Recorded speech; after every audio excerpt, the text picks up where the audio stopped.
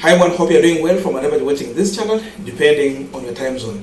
Now today I don't have a story of my own. Most of you send me a lot of stories that would want me to air out on this channel.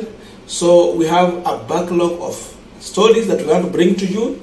So I believe at the end of the day, in the evening, we will have done with all of those stories that I have received through the WhatsApp. And if you have any information that you think that we can talk about, or anything that can add value into our discussion on this punchline, you are always free to do that through the WhatsApp number. Reach out to me. You can drop your message, you can send a link, or anything you think that we can discuss. Because we always weigh on the matter, then we think we come out with the priorities. So yesterday there was the issue of William Ruto finally agreeing to drop the issue to do with the housing levy. And seemingly there's a recommendation that Ruto should adopt what Uhuru tried, though it never went through, 1.5%. He was asking for 3%, but now the committee is recommending him to adopt 1.5%. That's the story. And this story was shared by Leo, Ushuru, Ruto, Asalimu, Amri. They have detailed it there. They're saying that the Parliamentary Finance Committee recommended reduction of housing levy from 3% to 1.5%. That is the recommendation. And what has surprised me is the reaction from the UDA Secretary General Cleophas Malala. It surprised me because at first place Ruto was putting 3% because he wanted Kenyans to own houses in his own view, using his own words. And after reduction, this is what Malala is saying. Good news, the housing fund contribution has been reduced to 1.5% from the proposed 3%. I don't know how this one is good news if indeed this government had the intention to ensure that Kenyans can have affordable housing in either 3, 4, 5 years' time. Or we can even give it 10 years. I don't know how this can be good news. Does Manana mean that what Ruto was proposing was something so much bad and unachievable, stressful to Kenyans, or what is he meaning in his tweet? I am surprised. But again, we have to know the truth here. William Ruto has no any plan to deduct any one man on affordable housing. And if there is any, it is to adopt what Uhuru was requesting for. Not the 3% you are seeing there. They were just trying to put it high.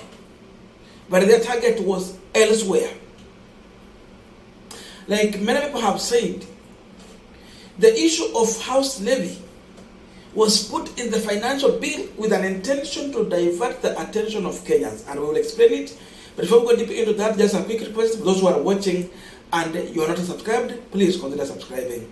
To our returning subscribers, I must say thank you so much. And again, to all our viewers, please give this video a thumbs up. Thank you so much, and back to this discussion. Now, one question people should be asking themselves before Manala said that the affordable housing deduction to 1.5% is good news. There's one thing Azimio did. They did a calculation, and it was very clear how long a civil servant will wait to occupy affordable housing. In the calculation, it was showing that anyone who is 30 years old, you will wait until you are 107 years. Other people are going to wait until they are 37 years to occupy those houses. The question is, once you reduce it to 1.5%, how long will it take Kenyans to occupy these houses? And I saw Anyama trying to react on this, and that's what he's saying. At 3%, a 30-year-old teacher earning the 9,800 per month was bound to get his 3 million when he turned 117 years. Now, with 1.5%, the same teacher will get the house at age 204 years. Hizi miaka, kwani tutaishi miaka mingi kama Methuselah karibu Kenya. It tells you, hey, there's no way you can stay in those houses with this kind of deduction. So you can't force. The issue is that allow those who are willing to pay for houses. Let them buy houses at affordable price. As simple as that. The bombshell is here. Ruto has no business with house levy. It was there intentionally.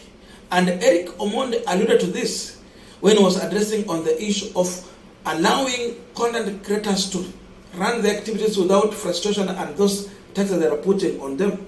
He said it. The issue of house levy came in to disrupt the conversation about affordable unga. Ruto understands very well that the issue of affordable housing will be stopped through the court. That one he is very sure. Ako na uhakika hii itasimamishwa kupitia kwa court. Because of obvious reasons. There is no proper framework put in place to showcase on how someone will claim his money after 7 years the way Charles Singer is telling Kenyans. You want to deduct people's money and you put elsewhere. But there's no proper framework to explain on how they will recover their money in times when they need it. And how they will gain the interest. Because every money you save, it has to come with the interest. Kama iko kwa biashara, inafanya biashara, basi inaleta faida kwa pia wewe upate faida. True. That's the truth of the matter. There's no proper framework to explain this like what we have in NSSF. After you reach certain time, you can claim your money and there's a procedure. In as much it is tedious, still you can get your money. Here housing is a scam. No proper framework showcase to show how you can get your money back in case you want to withdraw your money. It is clear that if these people are pushing for this, they are only looking for money for campaign, nothing else. Wanatafuta pesa ya siasa. Wanataka waweke pesa kwa akaunti zao, watafuta pesa nyingine wanakuja kudanganya nayo 2027 wachukue kura zako, uone tena another savior in the name of William Ruto. That is what they are bringing to you. And people are going to buy into this. So you have to know that we must focus on the other 6 items that Okia Mtota was mentioning out, which is so much touching on common mwananchi life in that financial bill. Kuna vipengele zingine karibu 6 ziko pale ndani. And Ruto is misleading Kenyans to focus on this issue of house levy, forgetting about other issues important in that bill. Some are to financial housing levy. What about the cost of unga? How is that financial bill addressing this issue of 230 shillings per packet of unga? It's not being addressed. Ruto is putting there 16% on unga. What about when Ruto said about subsidizing production in terms of agriculture? It is not in that bill. Ruto is taxing farm input, pesticides, all those, anything you use in the farm from seed, fertilizer, he is taxing 16%. So production will never be cheap. And therefore you cannot solve the issue of high cost of living. As long as farmer is going to have an expensive input in production. He is not addressing that. So he's not solving out the issue of high cost of living. Bei ya chakula haitawahi rudi chini. As long as Ruto anataka kuweka ushuru kwa bidhaa zote za ukulima. Ukienda kununua hii jerrycan ya kuweka maziwa, bei kali. Wamchomba was talking about that one. Ukienda kununua mbegu, bei kali. Mbolea, bei kali. Hizi pesticides wanatumia kwa mashamba huko, pest control and all those things, they are expensive.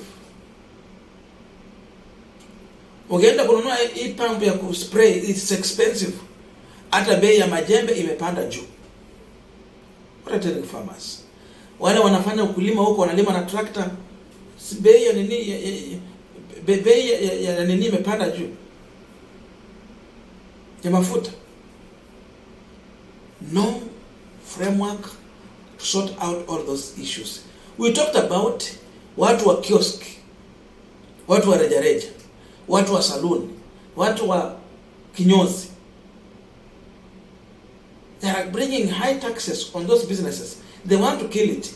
Many businesses that are being run here, watu wengi wameajiriwa kazi kupitia kwa hii mambo ya M-Pesa kiosk, M-Pesa shops.